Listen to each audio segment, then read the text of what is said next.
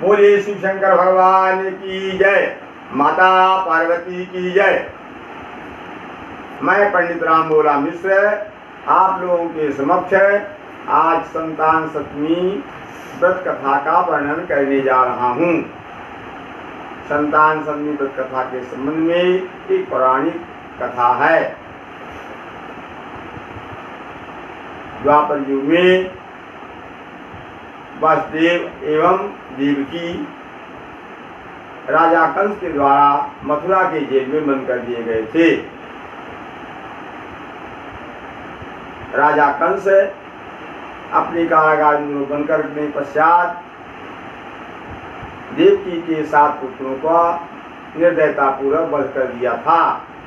8वें पुत्र जब भगवान श्री कृष्ण माता के गर्भस्थ में आए, उस समय देवकी अपने 7 पुत्रों के मारे जाने से अत्यधिक ज्यादा कारुणिक एवं कृष्णवदन की हो गई थी।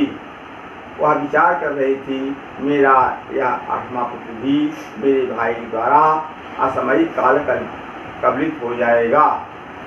उसी समय संयोग से वहाँ पर लोमश ऋषि भ्रमण करते करते हुए वहाँ पर उपस्थित हुए।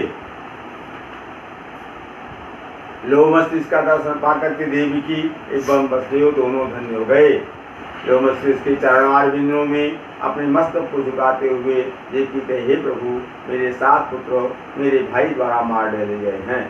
अब ये 8वां पुत्र है, या भी इसकी भी वही अवस्था होगी। इसलिए आप ईश्वर हैं, तपस्वी हैं, आदर्श पुरुष हैं, ऐसा कोई हमको वरदान दीजिए जिस कारण से मेरा यह पुत्र अजेय हो जाए। महर्षि लोमशी कहते हैं, देखिए सुनो, मैं तुमको पुरातन कथा कहता हूँ, जिसको सुनने से एवं करने से पुत्र के संबंध में माताएं निर्भय हो जाती हैं।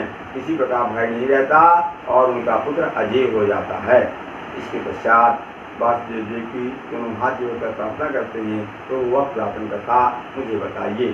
तो लोमशी कहते हैं, अयोध्या नाम की नगरी है, वहाँ नहुष नाम के राजा राज करते थे। उनकी राजधानी थी जिसका नाम था चंद्रमुखी। वो चंद्रमा के समान मुख वाली अद्वितीय सौंदर्य से युक्त थी। उसी नगर में एक ब्राह्मणी रहती थी जिसका नाम था भद्रमुखी। वह उतनी रूपवती तो नहीं थी रानी के समान, लेकिन इतनी कल्याणकारी थी। उसके सभी वचन यूँ निकलते थे, ब्रह्मवाग निकलते थे और बहुत ही मंगल से युक्त थी। उसके पति का नाम था चंद्रगुप्त। वह चंद्रगुप्त अथवा उसको विष्णुगुप्त दोनों नाम से जानते थे। वह जो विष्णुगुप्त नाम का ब्राह्मण था, वो अपनी धर्मपत्नी भद्रमुखी को, अपनी प्राण वल्लभा को लक्ष्मी के समान मान करके और उसकी पूजा करता था। और राजा नहुष भी अपने प्राण वल्लभा को अपनी लक्ष्मी मान करके उनकी भी पूजा करते थे। इस प्रकार दोनों विष्णु और लक्ष्मी को रूप मान करके और राज्य का प्रशासन चलाते थे।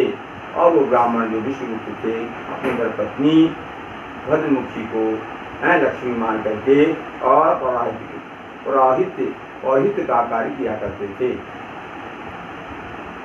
भगवान लोमशी कहते हैं, देखो देवी, एक दिन दोनों भद्रमुखी चंद्रमुखी जो सहेली थी, सखी थी, दोनों लोग यमुना नदी में स्नान करने के गई।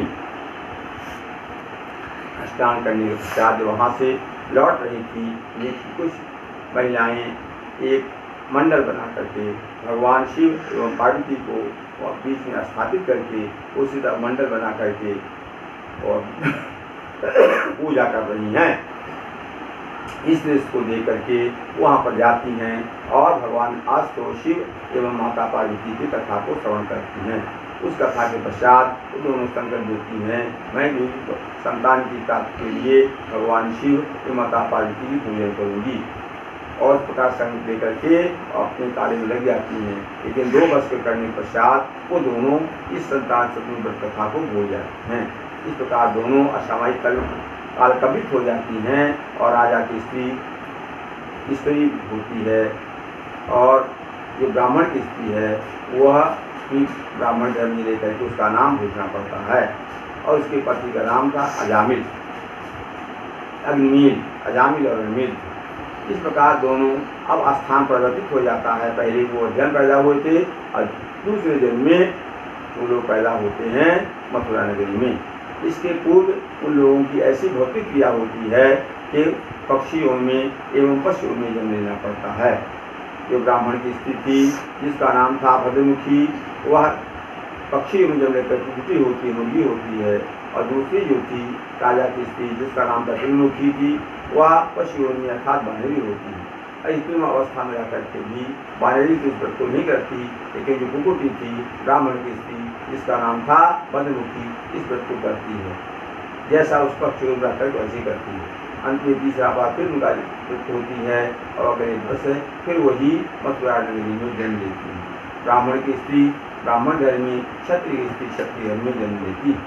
ब्राह्मण की स्त्री जो थी इसका नाम पहले भद्रमुखी था, अब उसका नाम भूषणा पड़ता है ब्राह्मण की स्त्री, और इस प्रकार उसका नाम स्वीकार होता है। और जरा की स्त्री जिसका नाम था चंद्रमुखी, वह दूसरे जन्म में स्त्री नाम की राजरानी होती है। दोनों फिर से वो बद्धा में सहेली बनती हैं और स्नान करने जाती हैं। ब्राह्मण की स्त्री जिसका भद्रमुखी था वो इस व्रत को नियम पूर्वक करने लगती हैं, जिसके प्रभाव शास से और उसके 8 पुत्र पैदा होते हैं और एक से एक बढ़ करके होते हैं। लेकिन राजा की स्त्री जिसका नाम ईश्वरी पड़ता है वह इस व्रत को करती नहीं है। 50 वर्ष तक उसका एक पुत्र पैदा होता रहा, अस्पष्ट बोले था, अमंगलकारी था, हमेशा मुश्किलात भय रहता था। इस प्रकार 7 वर्ष की अवस्था होकर व्रत को प्राप्त हो जाता। यह दुख को देख करके वो रह नहीं जाता उससे राजधानी से, वह व्रत में बैठ करके और भूषणा के पास जाता है। हे बहन, तुमने कौन ऐसा व्रत किया था जिसके कारण तुम्हारे पुत्र ये इतने तेजस्वी हुए हैं, हमारा पुत्र अवस्था प्राप्त पुत्र प्राप्त हो गया है। मैं तुम्हारे शरण में हूँ, कोई मुझे उपाय बताओ। मैं पुत्र कष्ट के कारण जली जा रही हूँ। तो उसकी जो सहेली थी भूषणा कहती है, हे बहन, आप वही संतान दूसरा वर्ण से करिए, उसके करने से आपका संपूर्ण कष्ट मिल जाएगा। मैंने भी किया था, लापरवाही छोड़ दिया था, दूसरे जन्म में मैं टूटी हुई थी, अबानी हुई थी, आपने नहीं किया। मैं लेकिन व्यवस्था भी किया, इस अवस्था में कर रही हूँ। उस जो तो उस तपस्या का फल ही है मेरे आपको तो पैदा हुए। लेकिन उसको जलन हो जाती है, वो सोचती मैं इसके पुत्रों को बद कर दूँगी। एक दिन 8 पुत्रों को बुलाती है और कहती है चलो तुम लोग लड्डू खिलाएंगे, मोदक में विष मिला देती है। सब खा करके फिर अपनी माता की प्रशंसा करते हैं कि हमारी जो स्त्री है, हमारी बौशी हैं, वो हमको कितना अच्छा लड्डू दी हैं, आप नहीं देती हैं। तो दोबारा नौका विहार में ले जाती हैं और घातक को छोड़ कर मार डालो और उसमें यमुना नदी पानी कितने बंद हो जाता है, वो बच जाता है। यह दृश्य को देख करके और वो उनके पास जाती कहती माँ, बहन, मैं तुम्हारे पुत्रों को बंद करने का बहुत प्रयास किया, लेकिन सब वो ये रहे, क्या कारण है? तो वही भूषणा नाम की जो ब्राह्मणी थी और सब भगवान आशुतोष और शिव प्रसन्न भगवान शिव और जो अवधानी देने वाली माता पार्वती है उसकी व्रत को बताती हैं। और वही चांदी का चूड़ा, सोने की चूड़ा अथवा तांबे की चूड़ा अथवा डोरा बांधने की प्रक्रिया बताती हैं। अंत में दोनों लेकर शुरू करती हैं। इसके प्रसाद से नहुस राम के राजा थे, इसका नाम था, पति का नाम था चंद्रमुखी, उसके भी पुत्र पैदा होते हैं। इस कथा को भगवान श्री कृष्ण युधिष्ठिर कहते हैं और वासुदेव जी कुछ कहते हैं कि हे देवी, इस व्रत को अगर आप करेंगी आपका पुत्र जो कृष्ण पैदा होगा अजय होगा और आपके भाई के द्वारा बार बार प्रयास किए जाने पर भी वो अजय रहेगा, ईश्वर तुल्य हो जाएगा, उसकी पूजा करेगा, जो प्रवर्तक होगा। इस कथा को सुनने वाला और कहने वाला दोनों जो है भगवान आशुतोष माता पार्वती का प्रसाद लाभ प्राप्त करता है, वरदान लाभ प्राप्त करता है। इस कथा में भाद्रव महीना शुक्ल पक्ष सप्तमी के दिन मनाया जाता है। जो स्त्रियाँ इस व्रत को करती हैं उसके संपूर्ण पाप विनष्ट होकर के इस संसार सागर शुरू करके अपने पद सुख को प्राप्त करती हैं और अपने पुत्र को सुख को प्राप्त करती हैं, संतान के सुख को प्राप्त करती हैं। बोलिए शिव शंकर भगवान की जय, माता पार्वती की जय।